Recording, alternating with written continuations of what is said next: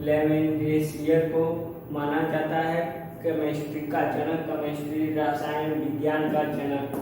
हाँ, और नाइट्रेट का जनक, भारतीय नाइट्रेट का जनक पीसी राय को माना जाता है। तो देखो पदार्थ क्या होता है? मैटर, इसे द्रव्य भी बोलते हैं, द्रव पदार्थ को।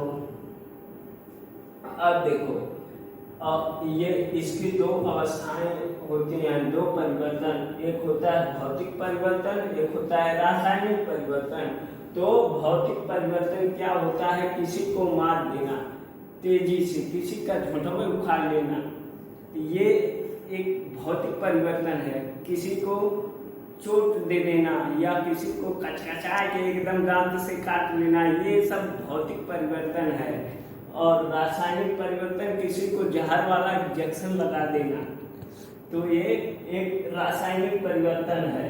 तो भौतिक परिवर्तन कितने प्रकार के होते हैं? तो भौतिक परिवर्तन को 3 प्रकारों में बांटा गया था, लेकिन अब देखो एक प्लाज्मा भी उपस्थित है, प्लाज्मा की खोज हुई। और बोस आइंस्टीन के विषय में, बोस आइंस्टीन कंडेंसेट पदार्थ की ये 5 अवस्थाएं हैं। 3 अवस्था तो मुख्य होती है, लेकिन ये दो देखो। प्लाज्मा क्या होता है? पहले ठोस जिसका आकार व आयतन दोनों निश्चित हो उसे ठोस कहते हैं। द्रव किसे कहते हैं?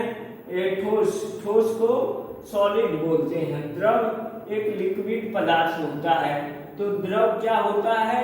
द्रव देखो, जिसका आकार अनिश्चित, आयतन निश्चित हो उसे द्रव कहते हैं। द्रव जैसे तेल हुआ, पानी हुआ, ये सब द्रव में। और ठोस में लकड़ी, लोहा, जो भी है जिसका आकार व आयतन निश्चित होता है, जैसे टेबल हुआ, कुर्सी हुआ, कुछ भी हुआ, ये सब ठोस हैं जिसका आकार व आयतन निश्चित हो।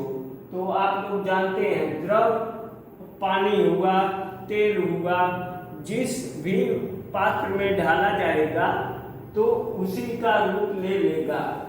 और गैस देखो, गैस अगर 5 किलो है, अगर मान लो 1 किलो गैस है, अगर उसे 5 किलो के बर्तन में अगर छोड़ा जाएगा, 5 किलो के बर्तन में, तो पूरा उसी का रूप ले लेगा। अगर गैस को कमरे में भी छोड़ा जाए तो यह कमरे का रूप ले लेगा, तो उसे गैस बोलते हैं।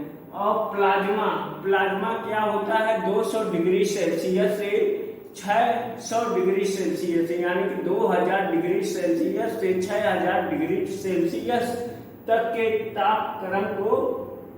तापमान को प्लाज्मा कहते हैं। प्लाज्मा क्या होता है? जैसे ठठेरे वठेरे जो होते हैं, वो सब लोहे को जब गर्म करते हैं, लोहा लाल हो जाता है, तो वही प्लाज्मा कहलाता है, प्लाज्मा। और जैसे हम लोग खेखार वखार के थूकते हैं किसी के ऊपर, तो प्लाज्मा है। तो बच्चों ध्यान से समझिए। और बोस आइंस्टीन कंडेंसेट, अभी इसके विषय में रिसर्च चल रहा है। यह जो है जनेवा से खोजा गया है, और जनेवा के किसी वैज्ञानिक ने खोजा है, तो उसको भी हम बताएंगे। तो इसके विषय में अभी रिसर्च जो हो रहा है, इसको देखने के लिए अनेक जो है दर्पण, मिरर का प्रयोग करना पड़ेगा। यह बहुत छोटे कण होते हैं, और ठोस के कण जो पास होते हैं, बहुत पास होते हैं ये ठोस, और द्रव के थोड़ा उससे दूर होते हैं, और गैस के तो एकदम भिन्न होते हैं, छिट के उठ के इधर उधर, तो वो गैस होता है। और अब देखिए, ठोस द्रव गैस के विषय में समझ गए होंगे। तो बच्चों अब लिखने की कोई आवश्यकता नहीं है। अब देखो, ठोस द्रव गैस, और एक ऐसे ही आप लोगों को मैं बता दे रहा हूँ, लिखूं क्या? जैसे तत्व, यहां से मान लो एक तत्व है, ये तत्व जो तत्व होता है। तत्व जैसे धातु, अधातु, उपधातु। धातु क्या होती है बच्चों? तो धातु जो चालक हो, जिसमें धारा बड़े तेजी गति से चल सके, उसे धातु। अधातु में जो है धारा बहुत धीरे धीरे प्रवाहित हो, उसे अधातु कहते हैं। और उपधातु जिसमें धारा एकदम धीरे धीरे प्रवाहित। धातु का मतलब होता है कि जिसमें ये चालक होते हैं, तो जिसमें जो है धारा धीरे धीरे प्रवाहित हो, उसे उपधातु कहते हैं। और धातु, उपधातु, धातु, अधातु, उपधातु। धातु जिसमें धारा तेजी से प्रवाहित। तो अब देखो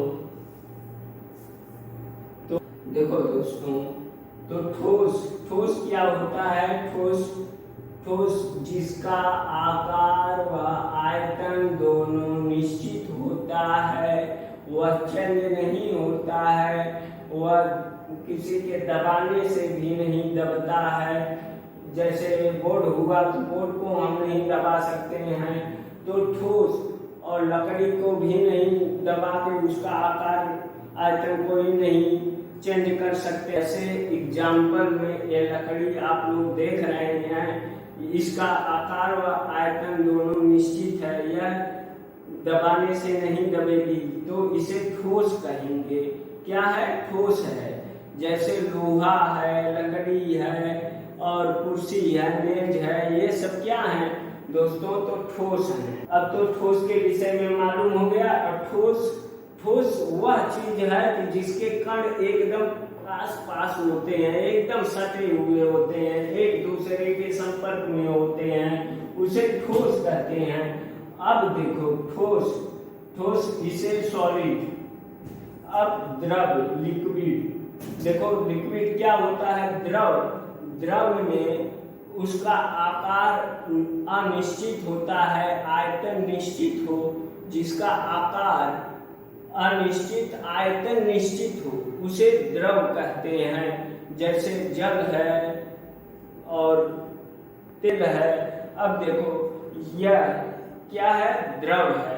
एग्जाम्पल में तो ये द्रव है, इसका आकार अनिश्चित है। तो अभी इसको जैसे अगर खोल के ऐसे गिरा दूं तो यह पूरा बिखर जाएगा। अगर मैं इसे लोटे में डाल दूं तो यह लोटे के आकार का हो जाएगा। इसका आकार तो अनिश्चित है, लेकिन अगर ये 2 लीटर है तो 2 ही लीटर होगा। तो बच्चों यही इसका आयतन निश्चित होता है। और देखो इसके कण जो है थोड़ा पास होते हैं, थोड़ा दूरी पे होते हैं। इसके तो पास होते हैं, इसके थोड़े दूर होते हैं, इसके और भिन्न होते हैं और दूर होते हैं। ये गैस है। गैस का ना तो आकार ही निश्चित होता है, ना आयतन, दोनों अनिश्चित हो। तो जिस पदार्थ की वह अवस्था जिसका आकार व आयतन दोनों अनिश्चित हो, उसे गैस कहते हैं। प्लाज्मा क्या होता है? तो प्लाज्मा 2000 डिग्री सेल्सियस से 6000 डिग्री सेल्सियस तक के टेम्परेचर को प्लाज्मा कहते हैं।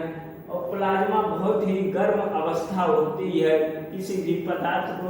जैसे ठठेरा वठेरा बर्तन, जब मान लो वहाँ पे खुरपा उरपा या कोई चीज लोहे का चीज जब बनाते हैं तो उसको गर्म करते हैं।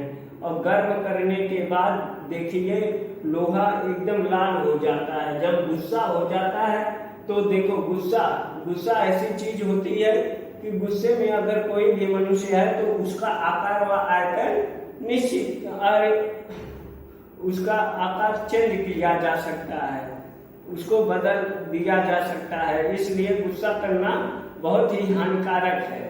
तो गुस्सा नहीं किया जाता है। तो प्लाज्मा वही अवस्था है, जब वो एकदम लाल हो जाता है लोहे का रंग, तो फिर इसके बाद वह ठोक ठाक के बना देता है। तो यही प्लाज्मा ऐसी अवस्था होती है जो एकदम गर्म टेम्परेचर होती है, जैसे रोशनी हुई और जो भी प्लाज्मा, जैसे प्लाज्मा के संपर्क में आने पर ना तो उसका आकार चेंज हो। के विषय में अभी सर्च हो रहा है, यह जेनेवा से विकसित आया है, तो बोस आइंस्टीन कंडल से मिलते हैं दोस्तों अगली वीडियो में। और अगली वीडियो में और भी अच्छी चीजें आप लोगों को प्रोवाइड करवाई जाएगी। तो बस मेरा निवेदन है कि हमारी इस वीडियो को आप लोग सपोर्ट करिए। तो आज के लिए इतना ही बहुत, अब मिलता हूँ कल। धन्यवाद।